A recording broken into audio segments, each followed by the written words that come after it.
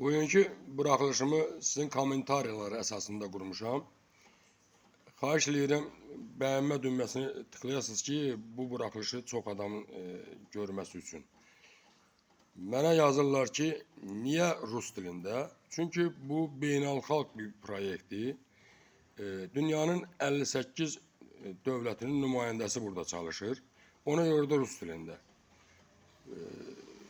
Qaldı sonra deyirlər ki, yaşıma uyğun deyil, düz demirlər.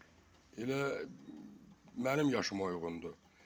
Burada yaş həddi yoxdur birincisi. 18 yaşdan yuxarı hər bir şəxs burada çalışa bilər. Qaldı ki, 40 yaşından sonra kim hansı idarəyə müraciət edir ki, işə götürsünlər, deyirlər ki, yaşın keçibdir. Ona görə də imtina eləyirlər. Mən neçə təşkilata, neçə idarəyə getmişəm. Yaşa görə işə götürməyiblər. Burada isə yaş həddi yoxdur. Burada pensioneri də götürürlər, evdar qadınları da götürürlər. Ondan sonra canım sizə ərz eləsin. 70 yaşından da götürürlər, 80 yaşından da götürürlər. Sonra deyirlər, qohumlarımı niyə dəvət eləmirəm?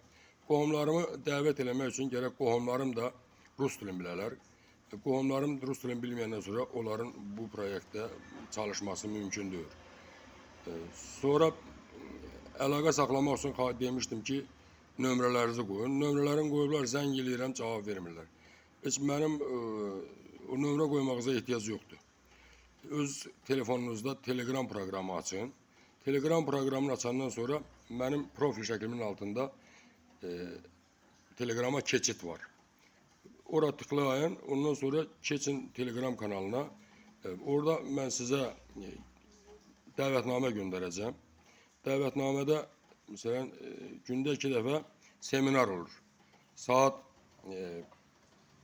1-də, bir də saat 7-də, 1 saat. O seminarda olarsınız.